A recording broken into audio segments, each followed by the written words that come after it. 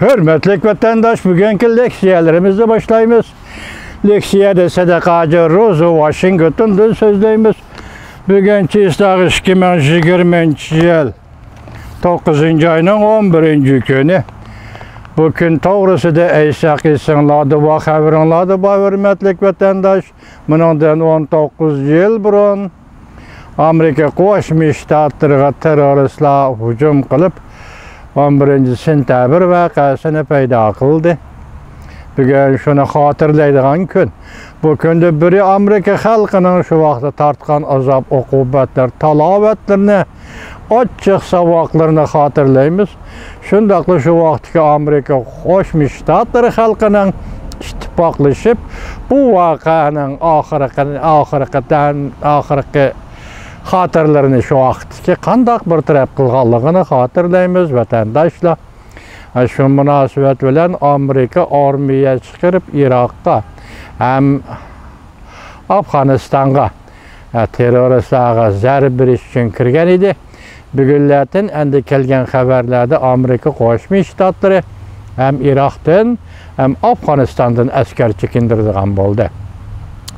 Bu bir endi vaziyat doğrusu aytsak, o'tgan leksiyada so'zlagani sizlarga shundoq degan edik.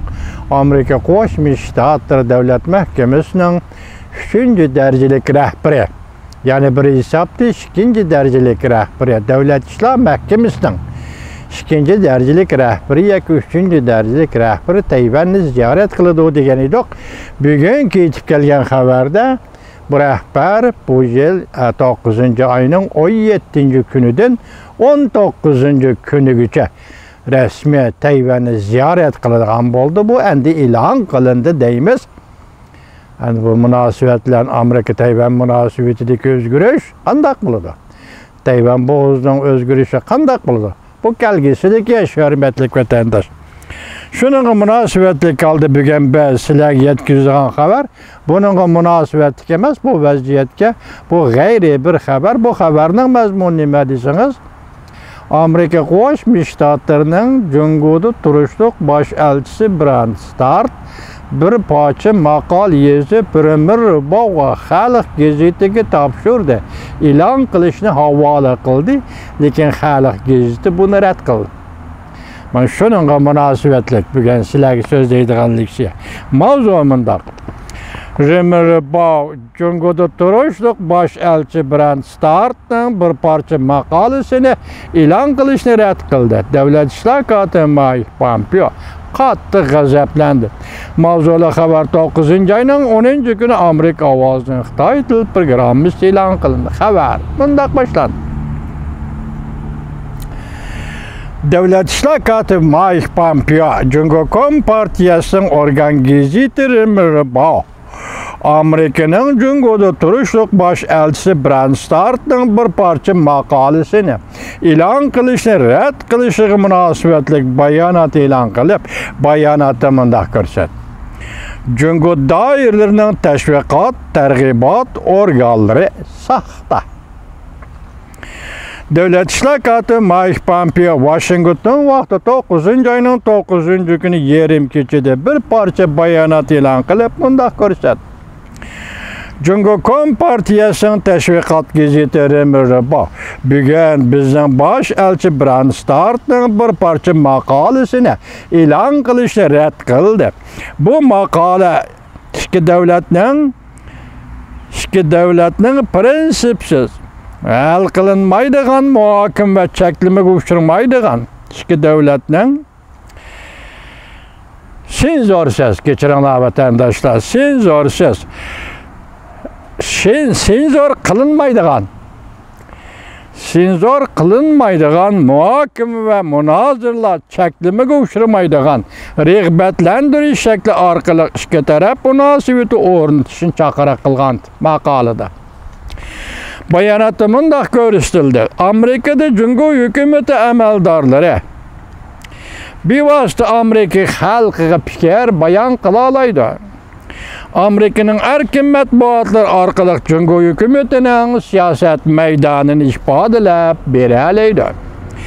Cümleden Jungo'nun Amerika turishliq bosh elchisi Su Tiankay Bu yıl Amerika'nın mühim matbuatlarında 5 parça makale e'lon qildi. Undan başqa Jungo Tashqi ishlar ministerligi maslahat ishora vaqt gazeti degandek gazetlar yana kelib Jungoning davlat egiligidagi matbuotlar davomli Amerikaning universal matbuotlarida Amerikaning siyosati va turmush usuliga hujum qilib tanqidlaydigan maqolalarni e'lon qila oladi. Devlet İştirakatı Mike Pompeo en ahırda bayanatında mundaq ko'rsatdi. Agar Jungo Kompartiyasi Jungo'si pishib etilgan bir cho'ng davlatga Jungo Kompartiyasi Jungo'si pishib etilgan bir cho'ng davlat bo'lishni umid qiladigan va erkin dunyo bilan bo'lgan munosabatlarni kuchaytirishni umid qiladigan bo'lsa, undaqda Xi Jinping sekreter rehberligideki hükümet G'arb devletleri diplomatlarının, amaldorlarının Jungo xalqiga bevosita so'zlash huquqini hurmat qilish lozim. Chet el muxbir axborotchilarning Jungoga qaytib kelishiga yo'l qo'yishi, popoza qilishni, parokanda qilishni to'xtatib, jamoatga xizmat qiladigan muxbirlarning xizmat qilishiga yo'l qo'yishi kerak. Bunda qilishni rad qilish Jungoda hech qanday saylamdan o'tmay, huquqdor bo'lib olgan Kompartiya sarxillarining o'z xalqining iddi va erkinlikdan va erkin dunyoning ularning davlat boshqarish usuliga ko'z qarashlaridan qo'rqqanligini oshkorlab berdi.